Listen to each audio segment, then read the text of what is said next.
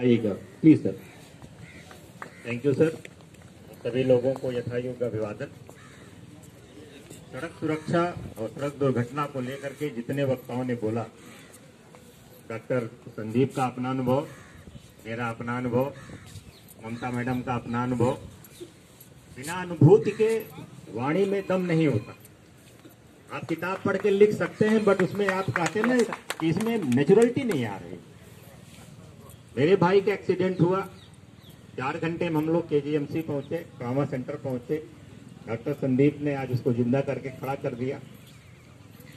Doctor Sandeep इस मामले में दुर्भाग्यशाली रहे कि सर के बहनों का एक्सीडेंट हुआ और उनको वो हेल्प नहीं मिल पाई।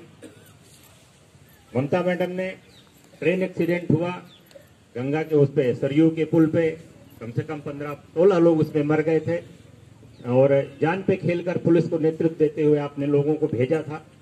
ये जो अनुभूतियां होती हैं तब आपको वो आपके हृदय से तभी बातें निकलती हैं।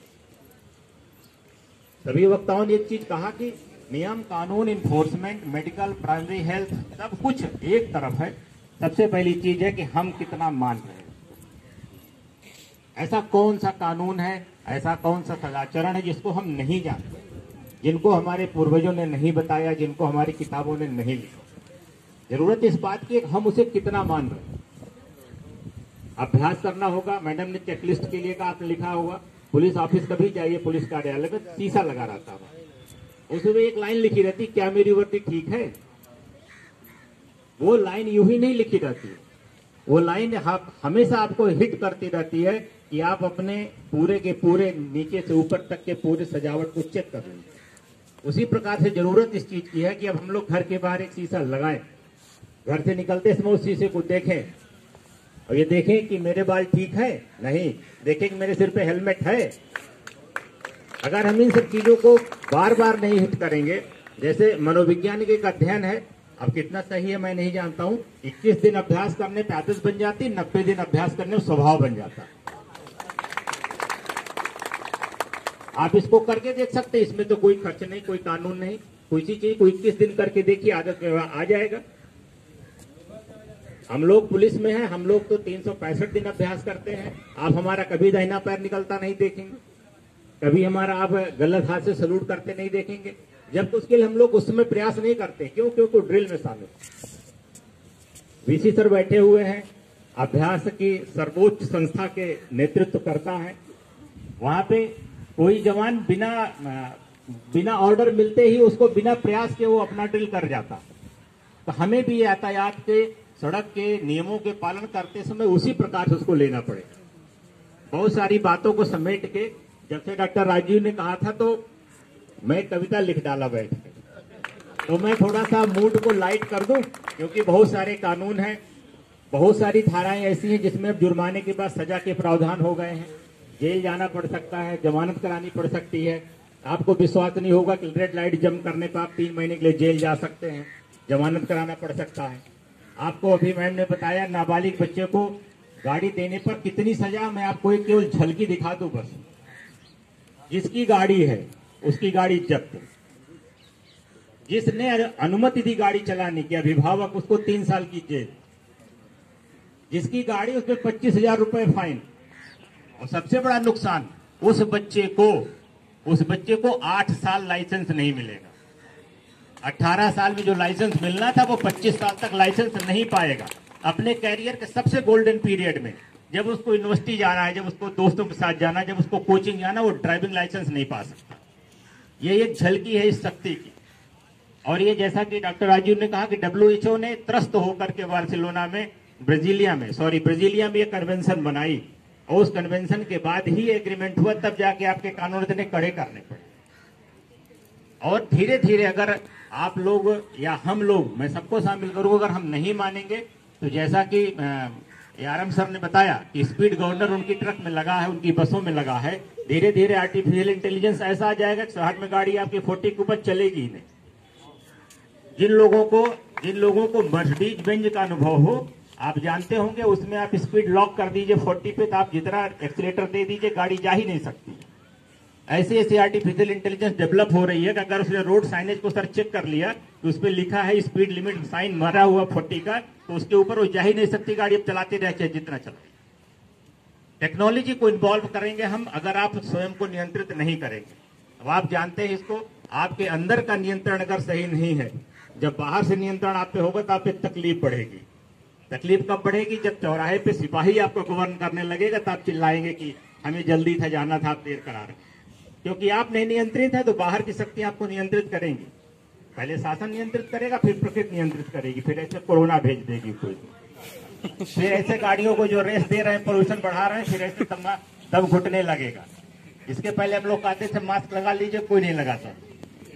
तो हमें इन सब सिचुएशन को पैदा होने से पहले ही अलर्ट हो जाना है, और उसी क्रम में ये जो हमारा अभियान है ये बड़ा महत्वपूर्ण है। और मैं चाहूंगा कि सभी लोग, मुझे तो खुशी इस बात की, कम से कम रोड सेफ्टी चर्चा का तो विषय बनी पढ़े लिखे समाज में। नहीं तो ये ट्रैफिक के 10 सिपाहियों का काम रखता था बस, और ये माना जाता था कि आज घर में खर्चा कम होगा, चेकिंग लगा दी। डॉक्टर संदीप ने कहा ना, मानसिकता आम नागरिक की, मानसिकता पुलिस की, मानसिकता डॉक्टर की। पीएचसी में लेकर चले जाइए ट्रॉमा केस, तुरंत भगाएगा सर। वो तो कहता है यहाँ भी मतलब मैं पेपर पे रिफर कर दे रहा हूँ। डॉक्टर साहब का पूरा अनुभव पूछिए, कितने लोग अटेंड करते हैं पीएचसी में फर्स्ट एड को। और वही जो ट्रेवल टाइम है, जिसको एक्ट का गोल्डन टाइम है, वही जब बीत जाता है तो अस्पताल में लिखा जाता है ब्रॉड डेथ, बस 2 शब्द में जिंदगी खत्म। हमें इन सब चीजों को देखना होगा कि हम अपनी सोच को कब तक नहीं बदलने को तैयार होंगे। और ये शासन है, ये प्रशासन है, ये हम कृत संकल्प है। आपको हिट करेंगे, आपको फाइन करेंगे, आपको जेल भेजेंगे, नहीं तो बैठा बैठा के इसे पकाएंगे, लेकिन आपको हम मनवा के मानेंगे कि आप नियमों को मानिए। तो अब मैं आपको एक कविता से और पका देता हूं, फिर समय समाप्त करेंगे। इसकी धुन हो सकता है आपको कुछ और भी याद दिलाए, तो मेरा साथ देते रहिएगा बस। कोई अनदेखा करता है, कोई बचकर निकलता है। कोई अनदेखा करता है, कोई बचकर निकलता है। पकड़ लो जो तिराहे पर बहाने लाख करता है। पकड़ लो जो तिराहे पर बहाने लाख करता है। करो लाखों बहाने अपनी नादानी का तुम प्यारे। सरो सब्जी लेने जा रहे, सरो धनिया लेने जा रहे।